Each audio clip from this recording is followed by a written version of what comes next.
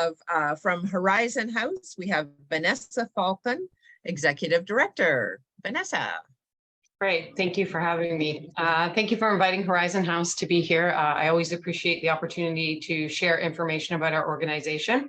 And as well, I'd like to wish my colleagues from the other community organizations here well tonight. So what is Herizon House?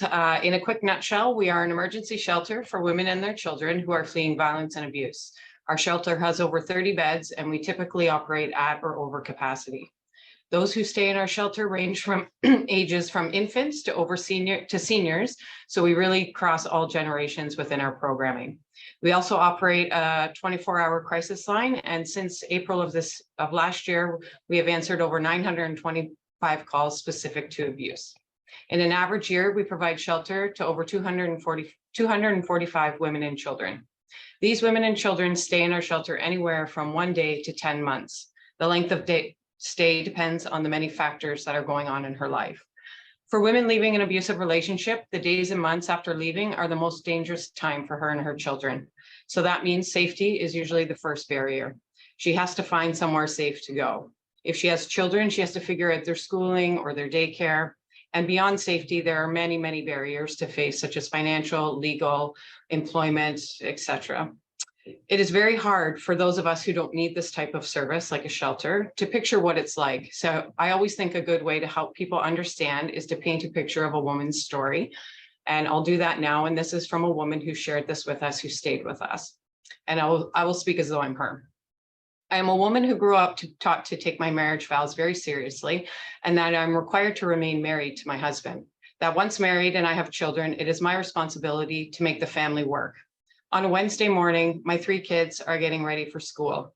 As the morning progresses, my husband is getting angry and he's escalating. As is often the case, he puts his hands on me and physically hits me.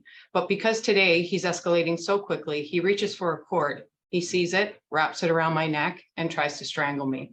I think of my children and I fight back. I barely get away and I escape to another room.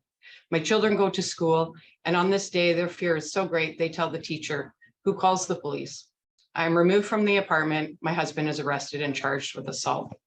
Upon arriving with my 3 children at Herizon House, I wonder where I am. I've never been in Ajax before. I'm traumatized and I have a hard time communicating. I'm scared for my children, for myself, and even for my husband. While my children and I feel scared, we also feel a sense of safety once we're within the walls of Herizon House. I meet staff who quickly and warmly welcome me. They provide us with a room and toiletries and things that we will need for our stay, and they let the children pick some toys from the treasure chest to help comfort them. Over my stay, these workers at the shelter provide me with crisis counseling when I'm feeling anxious or scared, and they provide me with safety planning, information that helps me to be safe in the community and empowers me to move on to the next phase of my life. Shortly after arrival, I also meet the child and family worker at the shelter. This worker becomes one of the most important people to me. She helps me to guide my children, get them to school. She advocates on their behalf to keep them safe, and she puts measures in place to protect them. When it's time to go to family court and face my husband, I'm taken by the transitional support staff, who helps me to understand all the legal jargon that is being thrown at me. She helps me to find a lawyer so I can advocate that my children are not put in dangerous situations. The staff helps me to find financial supports, look for housing that I can afford so I can leave the shelter. After 10 long months of being at the shelter, I'm ready to move on. And with everyone's support, I find an apartment. Upon leaving, the shelter provides me with food, cookware, small appliances, and access to their outreach program that I can contact for ongoing support. While on my own, I go to groups and classes that I was referred to. I take educational courses that help me to gain employment. I buy a car and go to work and every day to support my children.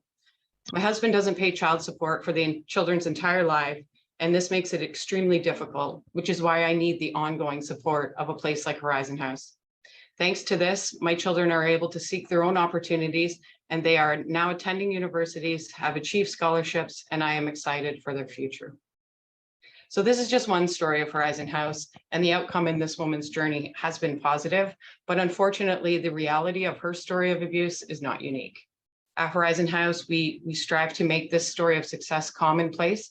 And with the help of groups like 100 Women Who Care Durham region, we can continue to focus on making the lives of women better and improving our overall community here in Ajax, Pickering, and the entire Durham region.